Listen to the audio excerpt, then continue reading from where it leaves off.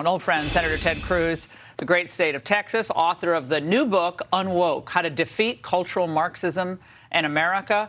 Senator, the New York Post is reporting that only 2% of the illegals, migrants, are actually applying for work permits in New York, 2% of the tens of thousands there. Well, look, this is a rolling disaster, and it's a man-made disaster. We're up to 8.4 million illegal immigrants. That we know about, right? That's our best estimate. That includes over 2 million gotaways. Those are people that the Border Patrol knows about, but they didn't apprehend. And those gotaways are much more likely to be criminals, to be murderers, rapists, to be gang members, or to be terrorists. And what's infuriating, this is man-made. This is what Joe Biden and Kamala Harris and the Democrats want. Do the birthright citizenship in the Constitution, in your mind, is that something that needs to be amended in the Constitution, or could it be interpreted to mean that illegals don't get to have children here? Look, and as American citizens? Fairly, it's an open question. There's a dispute about what the 14th Amendment means. Something has to be done. I think we need to change it. And if we can change it by legislation, great. If it takes a constitutional amendment, we should change it. Look, I was down at the southern border 3 weeks ago, and I went out on midnight patrol, as I often do with the Border Patrol agents, and within minutes, we encountered a group of about 20 or 25, mostly women and children. There was a 13-year-old girl unaccompanied. There was a 16-year-old girl unaccompanied. There was a 15-year-old boy. Trafficked. I mean, these people are being trafficked up to the United States. Every one of them said they were going to see their tío, which is Spanish for uncle. And yet when we asked them to tell us about your tío, they couldn't say anything. They just had a number, and they said, no, my tío doesn't know I'm coming.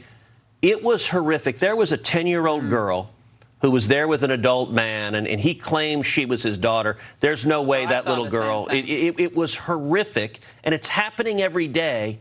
And this is what the Democrats want to happen. How is that not impeachable conduct, actually? I think it's a conspiracy to undermine U.S. sovereignty. They impeached Trump for a phone call with Zelensky, and this is okay? Look, it is absolutely impeachable conduct. I think the House should have impeached Alejandro Mayorkas a year ago. You just get another Alejandro Mayorkas. That's not going to help us, right? But going after Mayorkas lets us put the facts on trial. I think they should impeach Mayorkas. I think they should impeach Merrick Garland. And then I think they should impeach Biden.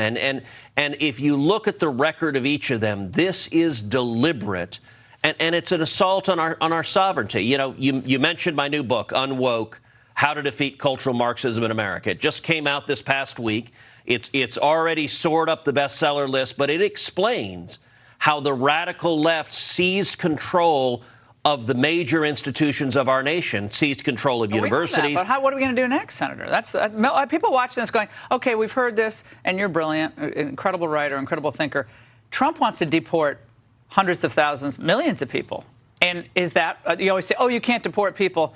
Europe is starting to deport people. Sweden's deporting people. It's the only way to fix this problem. This was caused by one central decision. Joe Biden came in, he inherited the lowest rate of illegal immigration in 45 years. He came in and he immediately reinstated catch and release. And so when they apprehend people, they let them go. We asked the group that we saw 3 weeks ago, how many of you think you get to stay here? Every one of them raised their hands. As long as you have catch and release, this problem can't be fixed. How do you solve it? You solve it when you catch them, you put them on a plane, and you fly them home. That's how you solve this problem. Until we change that, it won't be solved. Do you like Trump's plan, of what you've seen of it?